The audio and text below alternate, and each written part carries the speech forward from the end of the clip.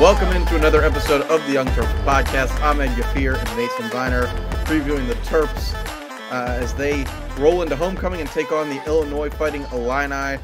Ahmed, let's jump right into it. Another chance for a bunch of firsts in a long time. Yeah, absolutely. Obviously, coming back or bouncing back from that first loss of the season. Still a chance for Maryland to bounce back, gain bowl eligibility for the earliest point in the season since 01. Moved to 5-0 at home for the first time since 08. Start to 3-1 in the Big Ten for the first time ever. And in order to do so, they'll need to pick up their third consecutive win and the third all-time matchup against the Illini. So we'll see. Definitely a chance for Maryland to get back on track heading into the bye week. So we'll dive right into it.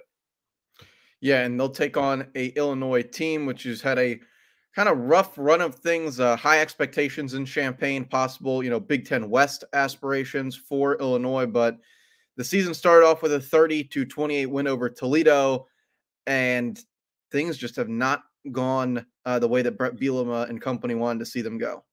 Yeah, I mean, it was really surprising. I remember we were talking to Jake Butt before the season and kind of looking over the schedule, just looking at this Maryland-Illinois matchup right before the bye week. And, obviously just for Illinois coming off of their success from last season, there was still a lot of confidence that the Illini would be able to, be that, that second, maybe third team in the Big Ten West.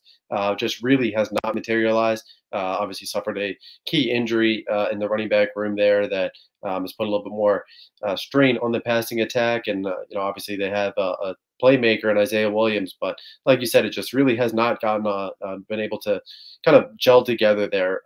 So what looked like maybe a 50-50 game, a possible exciting game in College Park in preseason, definitely looks like a game that Maryland does what Maryland needs to do. They'll be able to come away with the win. Yeah, and we'll talk about what those Terps need to do. But before we get to that, this podcast is brought to you by Watercrafters. In Gaithersburg, Maryland, Watercrafters has been providing swimming pool services and supplies to the Montgomery and Howard County areas for the past 41 years. Watercrafters' highly skilled service staff can open and close your pool, as well as provide new equipment, repairs, weekly service, and renovations. Based in Gaithersburg, Watercrafters is everything you need for your pool and their showroom in the Gaithersburg Air Park. You can visit them online also at watercrafters.com. Ahmed, let's dive a little bit more into this Illinois team. Let's start off and take a look at what the Fighting Illini have done on defense this year. Yeah, obviously led by Jerzon Newton, and if that name rings a bell, he was a long time Maryland commit before flipping to the Illini on signing day. That was a loss for B-Will at the time, and a lot of people said, hey, we'll be able to find another random 4-star or 3-star from Florida. And Newton going into this year has a ton of draft buzz, anywhere between 10 to 16 in the first round in the 2024 NFL draft, and heading into this weekend leads the nation in QB pressures. Illinois doesn't do a great job of getting to the quarterback, kind of similar to Ohio State what they did last week, but they do a great job of just generating that pressure in that front seven, and Newton is definitely the name to know in the trenches there. And then Kene Odeluga, his linebacker there, he ended up grading as the top graded linebacker by Pro Football Focus last week against Nebraska. Posted 5 tackles, 1 tackle for loss, 1 forced fumble, 1 fumble recovery. But statistically, the Illini have just really struggled, just really being able to stop guys, stop the explosive plays. The defense has really taken a step back this year with former Maryland assistant Andy Boo still on the Illini staff. Yeah, and when you look at what Illinois has been able to do on defense, or what they really haven't been able to do on defense, I think this might be Maryland's most favorable matchup, going all the way back to Towson. If you watch their game, which was a real ugly Friday night battle last week against Nebraska, I mean, the score 20-7 is deceiving. Nebraska blew red zone opportunity after red zone opportunity in that game. I believe they had 7 red zone opportunities, 6 or 7 red zone opportunities, and they walk away from the game with 20 points. You mentioned the explosive plays. They've struggled in that department. And really, I mean, teams have been able to put up some numbers against them. Terps will be able to do what they want to in this game. I think it's the best matchup for them of the season. Every team's been able to run up numbers on this Illinois team. If you went back and you watched the Nebraska game, final score, that one 20-7, real ugly game, kind of for both teams.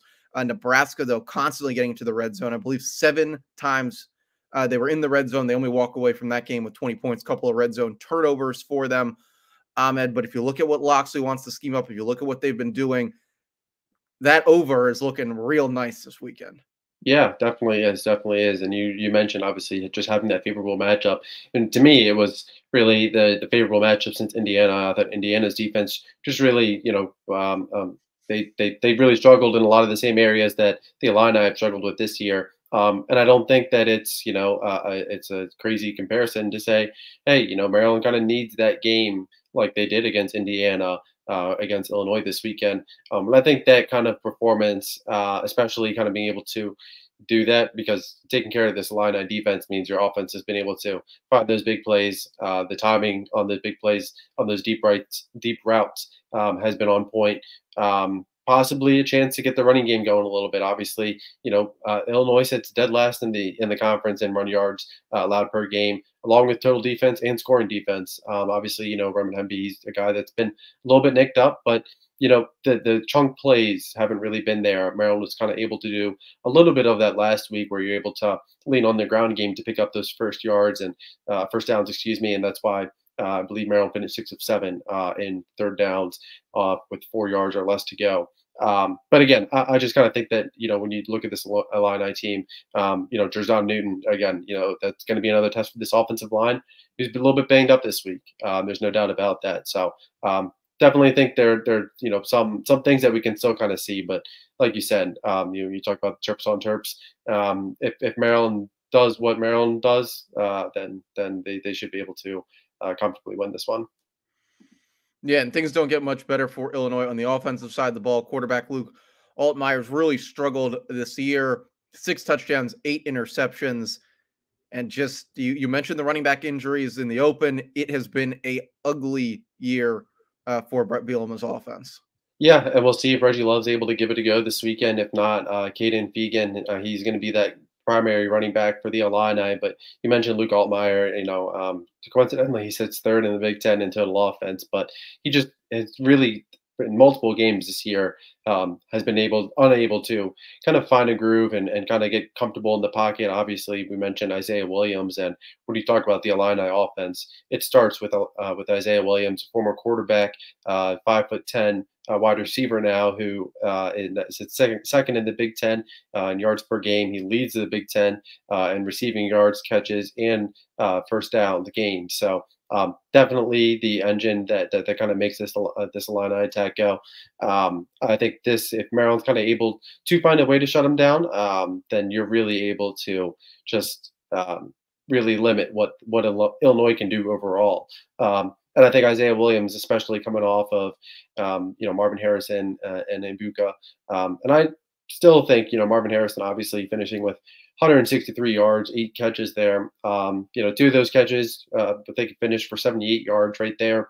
But I do think that this Maryland secondary, even though they didn't do horrendous against that Ohio State tandem, it'll be a chance for them to kind of bounce back, get their leg back, and obviously Jaquan Shepard get a chance to kind of find his footing. We'll see if Tarheeb still is able to give it a go this weekend. But again, shutting down Isaiah Williams is definitely the primary name to know. And if Maryland can do that, then you're really able to limit what Illinois can do both through the air and on the ground. Yeah, and this game's simple as it comes for me. You're playing against a bad quarterback and really a bad offensive line.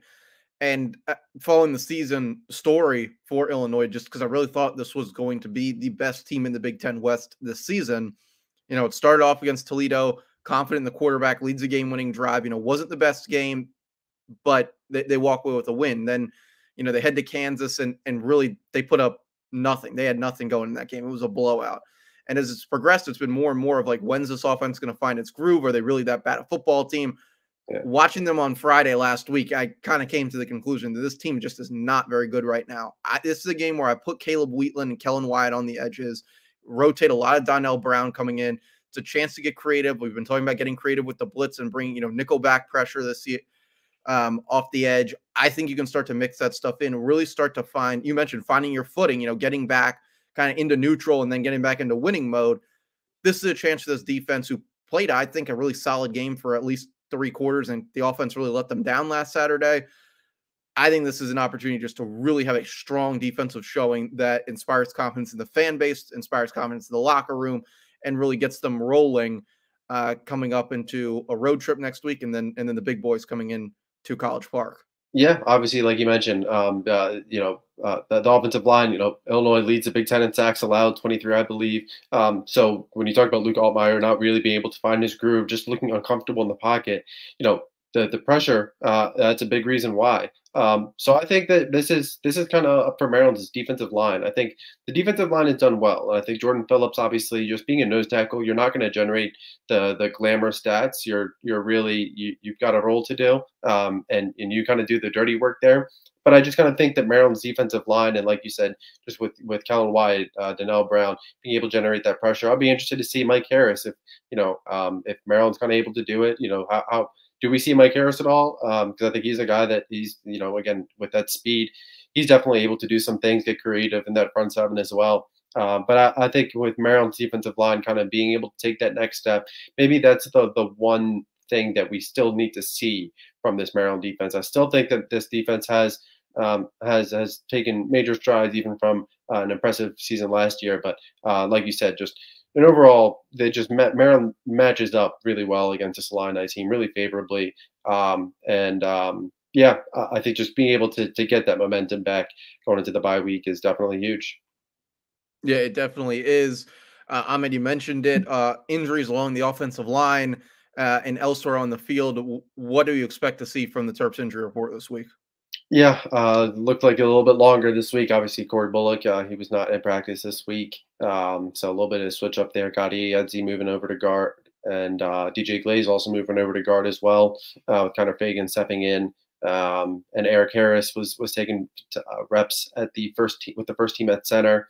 No Caden Prather this week, so that'll be kind of interesting to see what his status is for this weekend. Tarheeb Still also was a little bit limited or not at practice during the open portion on Tuesday, but limited in terms of what he's going to be able to do. So again, like we mentioned when talking about this Illini offense, it'll be interesting to see if he's able to go, or if not, if he's able to get that extra rest, and then you have him sidelined for 3 weeks, like you said, going into these matchups against the big boys. So that'll be a big one. And then Dante Trader, he's another guy who's sidelined, but I think with Glenn Miller there, obviously I think doesn't have the same type of range that I think Trader has, but I think I expect to see a big hit or two between a safety tandem of Glenn Miller and Bo Braid there. Yeah, certainly. If there's Dante Trader's a great player, but Glenn Miller has also shown what he can do for the Terps. It will be interesting to see if we see a little bit more of maybe Avante Williams or Gavin Gibson kind of rotating through that role that Glenn Miller fits for the defense on that side of the ball. Quick recruiting note before we get to the betting lines. Ahmed, Terps pick up another commit on the offensive line this week. Yeah, Trevor Szymanski. I think this was someone that felt like this was going to happen months ago. I remember talking to him a couple weeks ago, just catching up, and I'm like, all right, so like, what's going on with Maryland? And he's like, I should have taken my official visit in June. So you could always tell that Maryland was the school he wanted to be. Obviously, Trevor being the younger brother of freshman tight end AJ Szymanski. The two of them obviously being able to team up at the next level. I think that's a huge reason. I think even from the get-go, ever since AJ committed, it was kind of clear that Maryland was kind of where he wanted to be. And Pitt, Syracuse, Virginia Tech, those were among the schools that were also involved there. 6'4", 270-pound lineman. He plays left tackle for Loyola Blakefield, and really sturdy, has really good lower body strength. But I think he's a guy that he kind of projects probably as a guard, and I think that's very common in Maryland's class. A lot of these guys do play tackle, but a lot of these guys are probably have that positional versatility where some can maybe play guard, center, guard, tackle, but I think the vast majority of them will end up being interior linemen. But nonetheless, I think Trevor, he's a really good pickup. I think this is a guy, he's, like you said, building up the trenches. It's the 9th offensive lineman, and I feel like for the last couple of years now, whenever we get a commit, I always get 1 or 2 people that reach out and they'll comment and they'll say, "Where's the beef?" So I hope this cycle has definitely satisfied those questions right there. But when you look at just the local haul and specifically, Trevor Szymanski joins Ryan Howerton, Terez Davis, Devon Watkins. All four guys, I think, can be impact guys. I think it takes a little bit longer with Lyman. Even a Jordan Seaton type, who's a 5-star talent down from IMG. I think he's a guy where potentially, depending on the program, he could step into a starting position or two deep as a true freshman. So, but I think that when you kind of look at this last offseason, just one, having to rebuild the numbers, and two, having to rebuild starting positions. It takes a couple of years to rebuild the trenches, but I think that this local the offensive line haul of this cycle has really helped address the long term position or future at the position, and two, the local impact that these class have on this class. Really, really high. I think a lot of these guys, Terez Davis, he's getting a lot of outside interest as well. So been really, really happy to see the progress on the offensive side so far. Yeah, I think Locks just needs to take that same view, and this class on the offensive line shows it needs to lay a foundation. Obviously, you're going to have to pick pieces out of the portal and find the spare parts where you can, and hope that some of your guys like Kyle Long that really seem to be paying off those investments that they made, right when they started uh, taking the helm of this program. But it's time to kind of relay the foundation, bring in 9 guys. Not all of them are probably going to stay here. Not all of them are going to stick, but a class is needed to rebuild the numbers in that case, especially with what they're going to lose after this cycle or Yep, after the season. absolutely. All right, betting lines, everyone's favorite part of the show. I know it's mine. Terps 14-point favorite over under number. I think Ahmed and I both hinted that we're going to take the over already, but 51, that number for the game. I'll start it off. I like the Terps. I like them lay the points. I would even look at some of the alternate spreads, dig a little bit deeper into this one because I really do like Maryland's matchup this week. And as I said, I like the over. I would not be surprised if Maryland gets close to that over number themselves and puts up something like 42 or 45 points. And the Terps, it didn't look like a good homecoming schedule at the beginning of the year, but certainly looks like their best homecoming Big Ten opponent that they're going to have coming to CQ this year.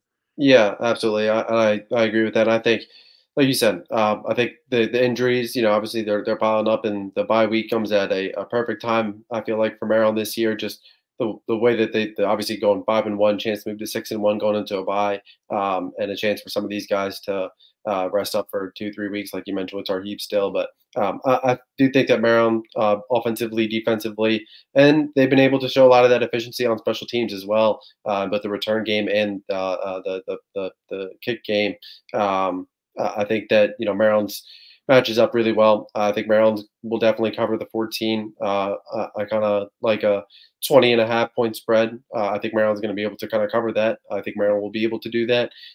Maybe we see some new guys, new faces, kind of make some plays this weekend, but kind of view this as an Indiana matchup where I view Maryland as the better team, undoubtedly on both sides of the ball on paper. And as long as they go out, they execute, they do what they need to do, they should be able to hopefully enjoy homecoming a little bit early.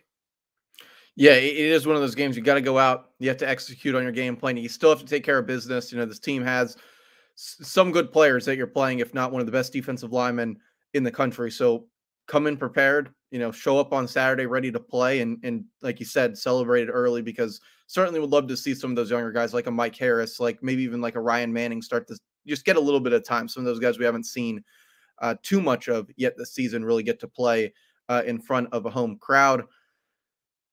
Get strong going into the bye week. Maryland definitely needs it to heal up. Ahmed, anything else to add? No, like we said, I think obviously, I think Maryland gets a chance to move to 6-1, generate a lot of positive momentum. Obviously, on Wednesday, Mike Locksley got named the midseason, I guess, top coach in the Big Ten, which is, I think, a validation of what Maryland's kind of been able to do. And I think it's also validation when you look at the timing of it. Year 5 of the program at this point. This is his guys. Fanaje Gote and Deshaun Jones technically weren't recruited to Maryland, but at this point, they're Locksley guys. They were recruited back for a 6th year. This is Locksley's program. This is Locksley's culture. So I think that's a testament to kind of what he's been able to build. And obviously the Ohio State game, I think that's kind of that last checkbox that everyone wants, and get 2 more chances against Penn State, Michigan. But those are going to be tough. But first, got to take care of business this weekend, and like their chances to do so. Yeah, and we will be with you guys after the game on our instant reactions pod. Up until then, make sure to subscribe to InsideTheBlackAndGold.net for all the best Terps coverage out there. Follow us on Twitter and make sure to like and subscribe to this podcast wherever you get it. For Ahmed Gafir, I'm Mason Viner. Thanks for watching. Thanks for listening.